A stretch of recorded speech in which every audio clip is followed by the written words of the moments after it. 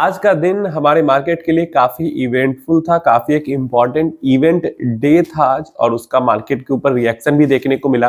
तो हम बात करेंगे mutual fund stock market related हमारी क्या चीजें हुई हैं आरबीआई एमपीसी की मीटिंग के अंदर, और जो अनाउंसमेंट आज हुई है, जो ब्रीफिंग गवर्नर साहब ने किया है, तो उससे स्टॉक मार्केट को बेनिफिट मिलने वाला है या नुकसान होने वाला है। सबसे पहले अगर हम मार्केट की बात करते हैं तो हमारा जो निफ्टी 50 इंडेक्स अगर आप देखोगे तो हमने सुबह वाली वीडियो, सुबह सुबह जो मैंने वीडियो जानबूझकर डाला था, आपको पता होगा मार्केट के अंदर क्या होने वाला है। तो कल ग्लोबल बाजार में, यूएस मार्केट के अंदर में भयंकर गिरावट हुई थी। कारण के साथ मैंने वीडियो बनाया था, नहीं देखा है तो आज का सुबह वाला वीडियो आप देख लो, आपको पता चल जाएगा क्यों इतना तबाही हुआ था अमेरिकी मार्केट के अंदर में। और उसी से हिंट लेते हुए हमारा मार्केट भी खुलते खुलते तेजी से गिरा, और लगभग 10-11 बजे के आसपास, 10 से 11 के बीच तक मार्केट के अंदर गिरावट ही हुई, और लगभग पूरे दिन हमारा मार्केट निगेटिव में ही रहा। लेकिन 11 बजे के बाद रिकवरी शुरू हो गई, क्योंकि उसके बाद से जो ये मॉनेटरी पॉलिसी की जो मीटिंग थी, उसका अनाउंसमेंट वाली चीजें जो उसके अंदर क्या हुआ, वो चीजें आउट होने लगी। एंड देन लास्ट होते होते हमारा मार्केट जो है वो निफ्टी 50 जो है 0.2% पॉजिटिव में क्लोजिंग यहाँ पे दे पाया है। तो ओवरऑल इसको देख के लगता है कि थोड़ा बहुत जो चीजें हैं जो इस मीटिंग की, वो मार्केट को पसंद आई है। बहुत पसंद नहीं है, लेकिन थोड़ा बहुत पसंद आई।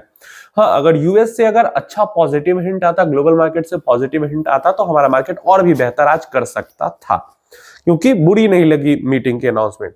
ओवरऑल अगर हम देखें अपने इंडाइसेस को, तो हरियाली दिखती है। लार्ज कैप साइड में हरियाली दिखती है, मिड कैप फ्लैट है, स्मॉल कैप माइक्रो कैप गिरे हुए हैं। इसके अलावा अगर सेक्टोरल साइड में देखें तो आज भी आईटी एकदम क्रैश हो गया है, क्रश कर दिया गया है आईटी इंडेक्स को। जो टेक वाले स्टॉक्स हैं बेहतरीन गिरे हैं।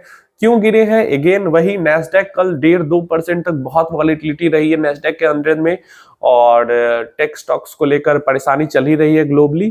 तो हमारा जो है आईटी इंडेक्स भी काफी गिरा है, एफएमसीजी टॉप गेनर रहा है। आइए अब बात करते हैं क्या हुआ है एमपीसी की मीटिंग के अंदर। तो सबसे पहले अगर अनाउंसमेंट हम देखते हैं, the RBI's monetary policy committee MPC, the 6-member rate setting panel kept repo rates unchanged at 5.25% and maintained policy stance at neutral। जो उम्मीद मार्केट को थी वैसा ही डिसीजन आरबीआई की तरफ से देखने को मिला है। ऑलमोस्ट 70-80% जो वोट में हिस्सा ले रहे थे अलग अलग पोर्टल्स पे, वहां पे जो यही मेजॉरिटी में ये आ रहा था डिसीजन, कि लोगों को लग रहा है, एनालिस्ट को, एक्सपर्ट को लग रहा है कि अनचेंज्ड रहेगा डिसीजन, और यहाँ पे अनचेंज्ड डिसीजन रहा।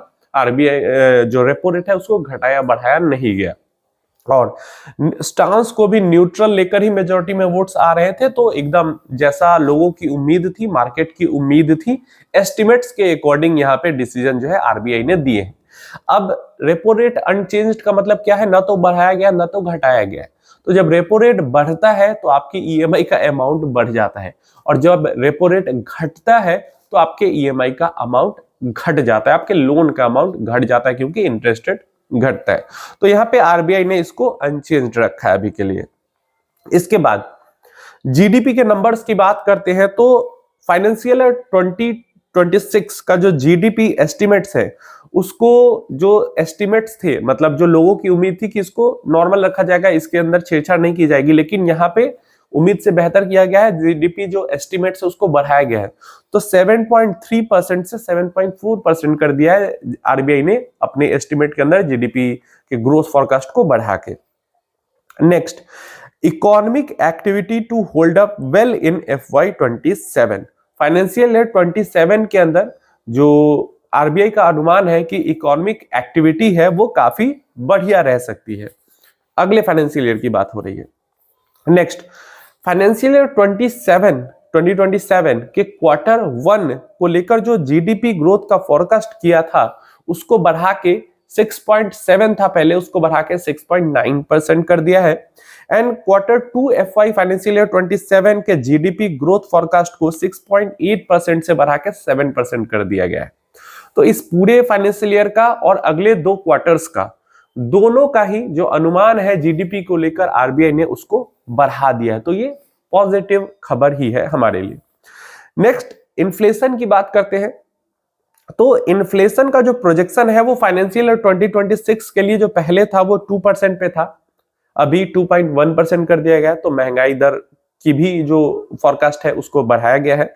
इसके अलावा FY26 Q4 inflation estimates to 3.2, तो इस क्वार्टर का जो इन्फ्लेशन का एस्टिमेट है उसको 2.9% से बढ़ा के 3.2% कर दिया गया है। और Q1 FY27 अगले क्वार्टर का जो एस्टिमेट है उसको 3.9 से 4% कर दिया गया है। और उसके अगले क्वार्टर का Q2 FY27 का बढ़ाकर 4% से 4.2% कर दिया गया है। तो अगले 2-3 क्वार्टर में जो महंगाई दर है वो दोगुनी होने वाली है। तो महंगाई को लेकर भी जो आरबीआई का फोरकास्ट है वो ये है कि महंगाई जो है अगले 2-3 क्वार्टर्स में तेजी से बढ़ने वाली है। और ग्रोथ, जीडीपी ग्रोथ को भी लेकर जो एस्टिमेट्स है वो है कि जीडीपी ग्रोथ भी बढ़ने वाली है। तो बाई प्रोडक्ट ही होता है, जहां पे ग्रोथ होती है वहां पे महंगाई होती है, और जहां पे महंगाई नहीं होती वहां पे ग्रोथ भी नहीं होता, वहां तो डी ग्रोथ होना शुरू हो जाता है, जहां पे महंगाई इन्फ्लेशन नहीं होती वहां पे। चलिए, इसके बाद जो पॉलिसी मेजर्स है, रेपो रेट अनचेंज्ड ही था, इसके अलावा पॉलिसी न्यूट्रल ही रखा गया है, सीआरआर को 3% पे ही रखा गया है, एसडीएफ रेट को 5% पे ही रखा गया है, एमएसएफ रेट को 5.5% एंड बैंक रेट भी 5.5%। तो यहाँ पे जो है कुछ भी बहुत ज्यादा छेड़छाड़ नहीं किया गया है, सब कुछ जैसा का तैसा यहाँ पे छोड़ दिया गया है। इसके बाद कई सारी इंपॉर्टेंट अनाउंसमेंट भी हुई है। पहले मैं ये बता दूं कि अब इस महीने फेब 2026 से जो हमारे पास डेटा आएगा, जीडीपी का भी डेटा आएगा नंबर का, या इन्फ्लेशन का डेटा आएगा, तो सारे जगह पे जो बेस डेट है वो 2024 इन्फ्लेशन को और जीडीपी को 2022 बेस डेट से लेकर डेटा आएगा।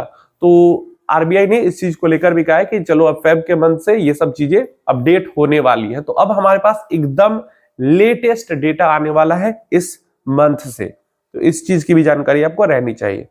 नेक्स्ट, आरबीआई ने इसी मीटिंग के दौरान में 25,000 रुपीज का एक कंपनसेशन अनाउंस किया है। इसको लेकर फर्दर डिटेल्स आगे आएंगी कि कैसे इसको दिया जाएगा कस्टमर्स को। अब ये नहीं कि 25,000 पूरे के पूरे मिलेंगे, अप टू 25,000 तक का कंपनसेशन अलाउ किया है। यहाँ पे एक पैकेज बनाया है जहां पे अगर फ्रॉडलेंट कोई ट्रांजेक्शन हो जाता है अकाउंट से, मेरा बैंक अकाउंट है, अगर उस अकाउंट से कोई फ्रॉड ट्रांजेक्शन हो जाता है छोटा मोटा, तो ऑब्वियस सी बात है 25 अप टू 25,000 तक का कंपनसेशन है। तो उससे कम का ही फ्रॉडलेंट ट्रांजेक्शन होगा तभी तो उतना रुपया का हमें कंपनसेशन मिलेगा। तो ये अनाउंसमेंट एक की है, तो अच्छी चीज है, इसको पॉजिटिव वे में देखा जा रहा है। और ये भी इसको लेकर चीज है कि आगे बताया जाएगा कि क्या क्या इसका प्रोसेस और किन किन टर्म कंडीशन में ये कंपनसेशन मिलेगा। बट एक कस्टमर के लिए एक रास्ता यहाँ पे है कि छोटा जो ट्रांजेक्शन में भी फ्रॉड हो रहा है तो कंपनसेशन मिलेगा। Next, good news for REIT investors as they are likely to get higher returns on dividends due to this decision by RBI announced today। क्या अनाउंसमेंट हुआ है? तो आरबीआई ने बैंक्स को एक तरीके से अनाउंसमेंट किया है कि बैंक्स अब डायरेक्टली रीट्स को लोन दे सकती है। अब डायरेक्टली बैंक्स रीट को लोन दे सकती है, इससे फायदा क्या है? इससे फायदा यह है कि जो फंड बोरोइंग कॉस्ट है या जो एक्सपेंस है रीट्स का वो कम हो जाएगा, खर्चा कम हो जाएगा। तो मतलब प्रॉफिट में से खर्चा कम हुआ तो कैश ज्यादा बचेगा, कैश ज्यादा बचेगा रीट्स के पास, तो क्या होगा? रीट्स को तो कैश रखना नहीं है, 90% कैश तो डिविडेंड के रूप में इन्वेस्टर्स को वापस दे देना है। तो यहाँ पे इन्वेस्टर्स के डिविडेंड आने वाले समय में रीट्स के रिलेटेड बढ़ सकते हैं। अगर रीट का कोई स्पेशल म्यूचुअल फंड हो या ईटीएफ हो तो उसके रिटर्न्स बढ़ सकते हैं, ऐसा हो सकता है। तो डेफिनेटली जो रीट्स इन्वेस्टर है उनके लिए गुड न्यूज तो है ही, क्योंकि उनके डिविडेंड्स आने वाले समय में लगेगा 2-3 क्वार्टर, लेकिन बढ़ जाएंगे। नेक्स्ट, यहाँ पे in an effort to deepen financial inclusion ease credit constraints faced by smaller enterprises, यहाँ पे आरबीआई ने अलाउ किया है, जैसे बैंक्स को अलाउ किया रीट्स को डायरेक्टली लोन देने के लिए, बोरोइंग करने के लिए। अब यहाँ पे small and medium and small जो एंटरप्राइजेस है वहां पे कोलेटरल फ्री लोन की लिमिट आरबीआई ने 10 लाख से बढ़ा के 20 लाख कर दी है, 2 गुनी कर दी है। तो इसको भी पॉजिटिव वे में देखा जा रहा है।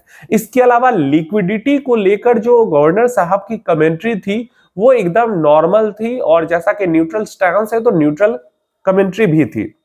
कोई भी बहुत ज्यादा अभी कुछ पैकेज वगैरह अनाउंस नहीं किया, जैसा कुछ लोगों को उम्मीद था कि बहुत ज्यादा लिक्विडिटी को लेकर बातें होंगी, तो बहुत ज्यादा बातें नहीं हुई। लेकिन एक तरीके से जो उनकी कमेंट्री थी उससे फील आप ये ले सकते हो या उसका आप सारांश ले सकते हो कि इकोनॉमी में जिस तरीके से जहां पे जैसे जरूरत होगी लिक्विडिटी की, आरबीआई प्रोवाइड करेगा।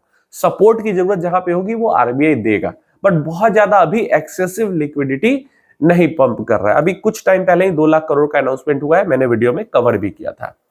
ये सब पूरा डिटेल जो है समरी एक तरीके से मैंने पूरे मीटिंग के हाइलाइट्स का आपको बता दिया। अगली जो मीटिंग है आरबीआई की वो होने वाली है 6 अप्रैल से लेकर 8 अप्रैल 2026। तो 6, 7 और 8 को चलेगा और 8 अप्रैल को अनाउंसमेंट होगा सारी चीजों को लेकर। तो ये सारी चीजें हैं जिसमें से ज्यादातर चीजें जो है वो पसंद आई है मार्केट को। कुछ चीज जो है, एक चीज जो है वो मार्केट के अंदर सही नहीं हुई है, वो क्या है, रूपी डेप्रिसिएट कर गया। आरबीआई की ये जो ब्रीफिंग चल रही थी, अनाउंसमेंट चल रही थी, तो दिन के दौरान, ट्रेडिंग आवर के दौरान रुपया लगभग 90.66 रुपी पर यूएस डॉलर चला गया, जो कि 90.3 के आसपास यहाँ पे, तो ऑलमोस्ट 30 पैसे के आसपास एक तरीके से कह सकते हैं का स्लाइड हमें आज मिला है, जो कि अगेन ये अच्छी चीज नहीं। रुपया डेप्रिसिएट करता है तो दिल से बुरा लगता है भाई, अच्छा नहीं लगता। तो ये चीज है। तो ये सारी अपडेट्स थी, आप अपनी राय इन सारी चीजों के बारे में जरूर देना। ज्यादातर जो चीजें इस मीटिंग के अंदर में जो बातें हुई है, ब्रीफिंग हुई है, in my opinion economy and markets को लेकर अगर देखें तो पॉजिटिवली ही मुझे लगता है। आप अपनी राय इन सारी चीजों के बारे में जरूर नीचे कमेंट बॉक्स में देना।